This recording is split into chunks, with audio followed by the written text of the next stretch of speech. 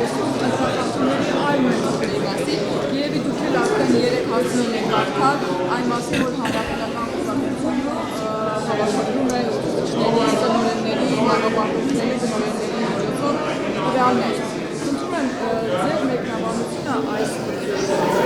սա հետաքրքիր դեպի քայլ Նախ պետք է նշեմ, որ վարչական ռեսուրսի չարաշահումը կամ սխալ օգտագործումը, որը ավելի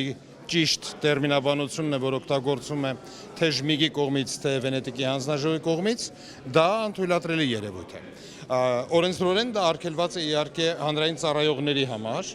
սակայն էթիկայի կանոնները թույլ չեն տալի դա անել նաև ոչ հանրային ծառայողներին։ Հանրային ծառայողների մասին չի խոսքը տվյալ դեպքում խոսքը իհարկե ուսումնական հաստատությունների տնօրենների մասին է,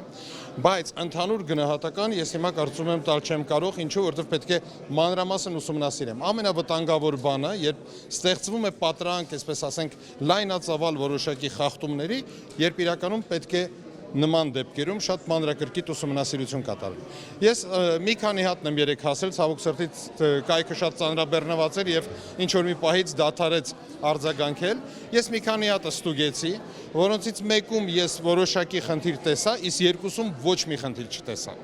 Այն մեկում, որում ես որոշակի խնդիր տեսա, դա չի նշանակում, որ ես ակնհայտորեն կարող եմ հիմա պնդել, որ առկա է ընտրախախտում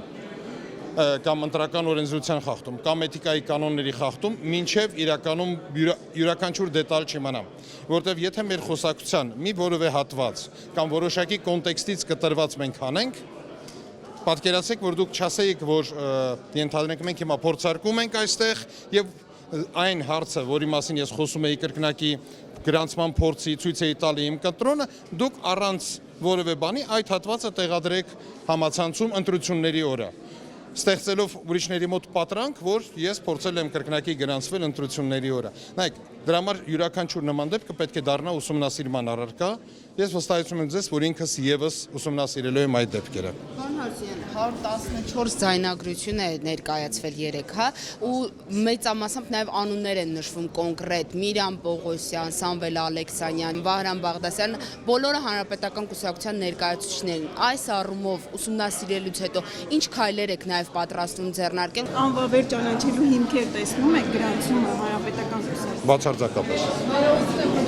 Երաշինքից մեկունար հաստական Նիկոլայ Բաղդասարյանը Կենտրոնական ընտրական հանձնաժողովին դիմում է ներկայացել Ալեքսանդր Մովսիսյանի թեկնածությունը անվավեր ճանաչելու ձևակերպել։ Եվ իմանալու ուսումնասիրել է այդ հարցը իմաստուն դրաժանի ով Մովսիսյանը թույլ է տվել ընտրական Վաղուց արդեն ասված է եւ ստիպված եմ կրկնելու դասական ճշմարտություն, որ ընտրական օրենսդրությունը դա ականապատ դաշտ չէ, որ ցանկացած սխալի դեպքում, հա, դու կորցնում ես կյանքդ, ոչ էլ կոմպյուտերային խաղ է։ Ընտրական օրենսդրությունը միշտ ենթադրում է կիրառել ավելի մեղմ գործիքներ, եթե ավելի կոշտ գործիքների կարիքը չկա։ Կիրառողը ես չեմ, կառավարությունը չէ, Կենտրոնական ընտրական հանձնաժողովն է։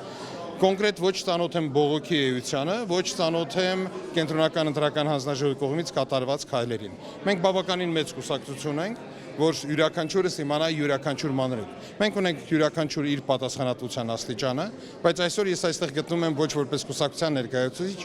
այլ որպես կառավարության ներկայացուցիչ, որը պատասխանատու է տեխնիկական սարքավորումների, տեսախցիկների եւ այլ